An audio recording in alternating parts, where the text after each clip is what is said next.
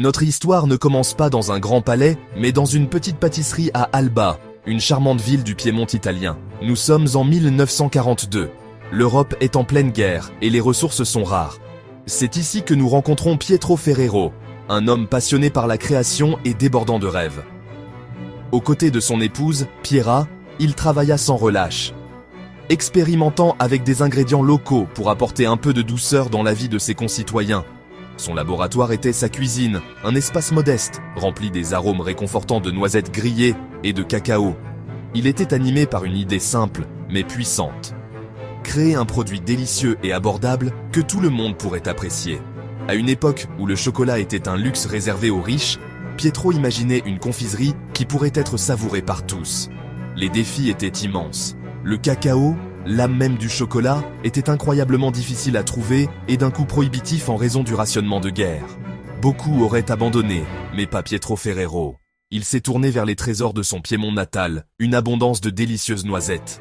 Il commença à expérimenter, torréfiant, broyant ses noix en une pâte fine qu'il mélangeait ensuite avec une petite quantité de cacao rare et de sucre. Cet esprit ingénieux, ce refus d'être vaincu par les circonstances, allait devenir une caractéristique déterminante de la famille Ferrero pour les générations à venir. Le 14 mai 1946, ils ont officiellement fondé la société qui porterait un jour leur nom, Ferrero. C'était la naissance d'un empire forgé dans une petite cuisine italienne.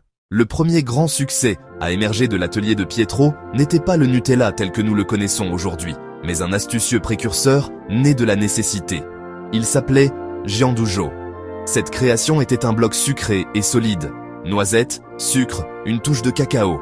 Il était conçu pour être coupé au couteau et placé sur du pain, un peu comme du fromage. Cela en faisait une collation abordable et nourrissante pour la classe ouvrière. Le Giandujo fut une sensation immédiate. Il était si populaire, les Ferrero durent embaucher plus de personnel, agrandir leurs installations de production. La légende raconte que la transformation s'est produite par pur hasard, un heureux accident. Pendant l'été caniculaire de 1949, un lot de Giandujo a fondu sous la chaleur. Au lieu de considérer cela comme un désastre, le fils de Pietro, Michel, y a vu une brillante opportunité. Il réalisa que cette version douce et crémeuse était encore plus délicieuse et plus facile à étaler sur du pain. La famille est retournée au laboratoire pour perfectionner la recette d'une version à tartiner de leur célèbre confiserie à la noisette. Cette nouvelle création crémeuse fut initialement nommée Super Crema. Ce fut un triomphe, un succès encore plus grand que son prédécesseur solide. Les enfants et les adultes italiens sont tombés amoureux de sa saveur riche et de sa texture veloutée. Il est devenu un aliment de base dans les foyers de tout le pays, un symbole de la reprise d'après-guerre et des plaisirs simples. La société Ferrero connaissait une croissance fulgurante, mais la famille savait que pour conquérir le monde, son produit bien-aimé avait besoin d'un nom plus universel, un nom facile à prononcer et à retenir dans n'importe quelle langue. En 1964, après mûre réflexion, Michel Ferrero décida de renommer Super Crema. Il combina brillamment le mot anglais nut, noisette, avec le doux suffixe latin ella. Et ainsi, Nutella est né. Le PO emblématique, avec son couvercle blanc distinctif et son lettrage simple et audacieux, a été lancé et il est rapidement devenu un phénomène mondial. C'était plus qu'un simple changement de nom. C'était la création d'une marque, d'une identité qui transcenderait les frontières et les cultures.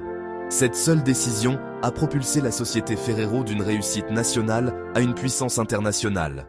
Un PO à la fois. Après la mort prématurée de son père Pietro en 1949, puis de son oncle Giovanni, la direction de l'entreprise est passée à un jeune Michele Ferrero. Il n'avait que la vingtaine, mais il possédait une vision qui s'étendait bien au-delà des frontières de l'Italie. Michel a hérité de la passion de son père pour la qualité et l'innovation, mais il l'a combinée à un sens des affaires extraordinaire et à une perspective globale. Il ne se contentait pas d'être un roi en Italie, il rêvait de bâtir un véritable empire de la confiserie qui s'étendrait sur le monde entier. La philosophie de Michel était simple, mais profonde. Travailler, créer, donner. C'était un homme profondément discret et pieux qui croyait que le succès de l'entreprise devait être partagé avec ses employés et les communautés où elle opérait. Il a établi des usines de production dans des pays comme l'Allemagne et la France à la fin des années 50, non pas seulement comme des usines, mais comme des institutions locales. Sous la direction de Michel, les années 1960 et 1970 ont été une période de créativité et d'expansion explosive. En 1968, il lança Kinder Chocolat, cela fut suivi par Tic Tac en 1969, puis par le coup de génie qu'était l'œuf Kinder Surprise en 1974, et l'élégant Ferrero Rocher en 1982. Chaque création était une leçon magistrale dans la compréhension des désirs des consommateurs. Les chiffres racontent l'histoire de cette croissance incroyable. Lorsque Michele a pris les rênes, Ferrero était une entreprise italienne prospère. Au moment de son décès en 2015, il l'avait transformé en un géant mondial, l'un des plus grands groupes de confiserie au monde. Il en avait fait un empire de plusieurs milliards de dollars, présent dans des dizaines de pays, tout en conservant une propriété familiale à 100%.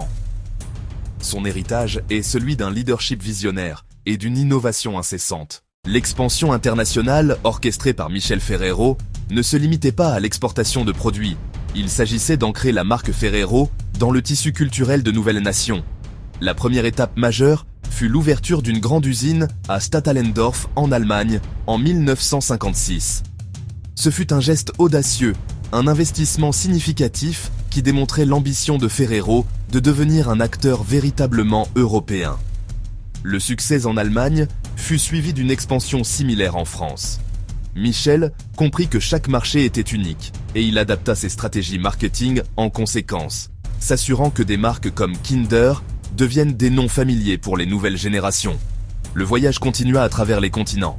Ferrero est entré sur le marché nord-américain, un paysage notoirement concurrentiel dominé par des géants établis. L'introduction de Tic Tac aux États-Unis fut un succès phénoménal. Son distributeur en plastique astucieux, le cliquetis satisfaisant des bonbons, et son positionnement faible en calories en firent un succès instantané. Il est devenu une icône culturelle, un accessoire indispensable pour une génération. Ferrero Rocher, avec sa célèbre campagne publicitaire de réception d'ambassadeurs, s'est positionné comme une gâterie élégante et sophistiquée. La conquête de l'Amérique fut une victoire cruciale. Chaque marque avait une identité et un objectif distinct. Nutella, Kinder, Ferrero Rocher, Tic Tac. Ce portefeuille a permis à Ferrero de séduire un large éventail de consommateurs et d'occasions. L'entreprise ne vendait pas seulement des sucreries, elle vendait des expériences et des émotions. Cette expansion était toujours soutenue par un engagement envers le contrôle qualité, garantissant le même goût partout. Après le décès du légendaire Michele Ferrero en 2015, le flambeau est passé à Giovanni Ferrero. Cela a marqué un tournant significatif. Pendant des décennies, la croissance était organique, basée sur l'innovation. Giovanni a vu un marché mondial en consolidation et a changé de cap. Il a lancé une campagne ambitieuse et agressive d'acquisition stratégique. Ferrero 3.0, une ère d'expansion audacieuse. 2015, acquisition de Thorntons. 2017, achat de Fannie Mae Confections. 2017, achat de Ferrara Candy Company. Ferrara, fabricant de bonbons emblématiques, Lemonheads, Red Hots. 2018, Ferrero achète les activités de confiserie de Nestlé aux États-Unis pour 2,8 milliards de dollars. Marque prise, Butterfinger, Baby Ruth, Crunch, 100 Grand. Cette transaction a fait de Ferrero la troisième plus grande entreprise de confiserie aux États-Unis. L'objectif était de rivaliser avec Mars et Hershey. Ces acquisitions ont diversifié le portefeuille bien au-delà de la noisette et du chocolat. 2019, acquisition d'actifs biscuits et snacks de Kellogg. Marques acquises, Keebler, Famous et Amos. Sous la direction de Giovanni, Ferrero est passé d'un innovateur familial secret à un puissant géant alimentaire mondial diversifié.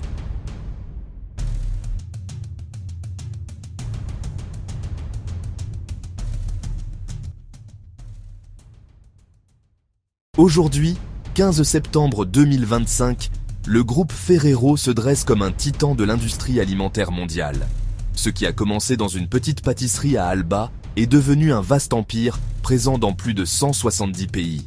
Les chiffres sont tout simplement stupéfiants, des dizaines de milliers d'employés, des dizaines d'usines de production et des revenus annuels de plusieurs dizaines de milliards d'euros. L'entreprise consomme une part significative de l'approvisionnement mondial en noisettes, un témoignage de l'amour durable et mondial pour son produit phare, Nutella. Ferrero n'est plus seulement une entreprise de confiserie, c'est une institution culturelle, un nom qui évoque des sentiments de joie, de famille et de plaisir pour des milliards de personnes. Le secret de ce succès durable réside dans la capacité de la famille à équilibrer tradition et innovation. Si Giovanni Ferrero a audacieusement dirigé l'entreprise vers le monde des acquisitions, il a également farouchement protégé les valeurs fondamentales inculquées par son père et son grand-père. L'engagement envers la qualité, l'obsession de la fraîcheur et l'attention portée aux consommateurs restent au cœur de la philosophie de l'entreprise.